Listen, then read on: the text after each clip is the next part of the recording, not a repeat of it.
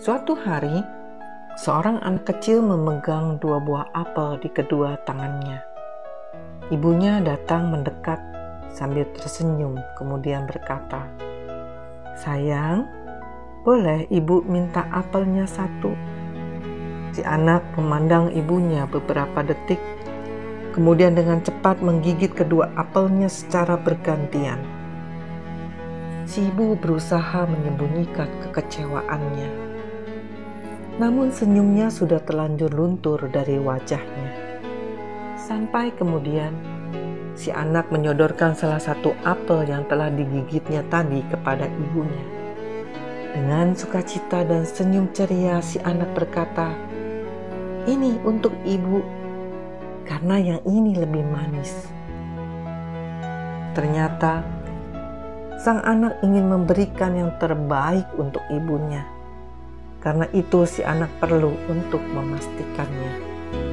Tidak ada kata-kata yang terucap dari bibir ibunya kecuali senyum, sehingga matanya berkaca-kaca dan tanpa terasa mengalir air matanya. Siapapun kita, seberapapun pengalaman dan pengetahuan kita, jangan tergesa-gesa menilai seseorang. Siapapun dia, bersabarlah. Jangan kamu menghakimi supaya kamu tidak dihakimi. Karena dengan penghakiman yang kamu pakai untuk menghakimi, kamu akan dihakimi. Dan ukuran yang kamu pakai untuk mengukur akan diukurkan kepadamu. Matius 7 ayat 1 hingga 2. Saudara, jangan cepat-cepat menghakimi, tapi berilah kesempatan kepada setiap orang untuk memberikan penjelasan dengan caranya sendiri. Tetaplah menjadi seorang yang sabar dan bijaksana dalam menilai diri orang lain. Jangan sampai kita salah menilai orang.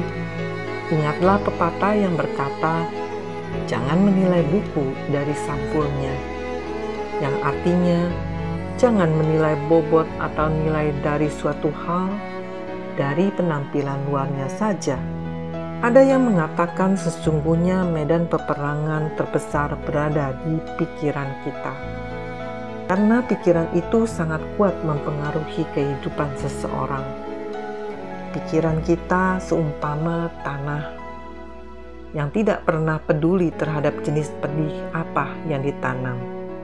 Jika kita menabur benih jagung, tanah akan meresponnya lalu menumbuhkan jagung. Apapun yang kita tanamkan dalam pikiran, entah itu hal-hal yang baik atau buruk, pikiran kita akan segera menerima, merespon, dan menumbuhkannya.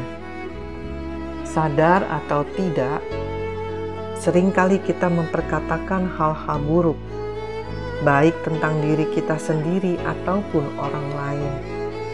Hal-hal negatif yang kita ucapkan itu akan direspon oleh pikiran kita dalam bentuk sikap yang pada gilirannya akan menghasilkan tindakan yang sama seperti yang kita tanamkan dalam pikiran kita.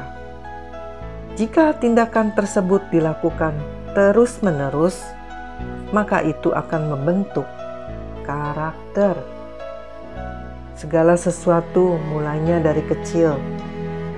Jika tidak kita waspadai, maka perlahan tetapi pasti akan menjadi besar dan permanen. Oleh sebab itu, hal terpenting yang harus kita tanamkan dalam hidup ini ialah bersikap positif. Karena pada umumnya manusia cenderung untuk berpikiran negatif ketika merespon suatu keadaan yang terjadi. Karena itu, kita harus mengendalikan pikiran kita seperti apa yang diajarkan Rasul Paulus dalam 2 Korintus 10 ayat 5b.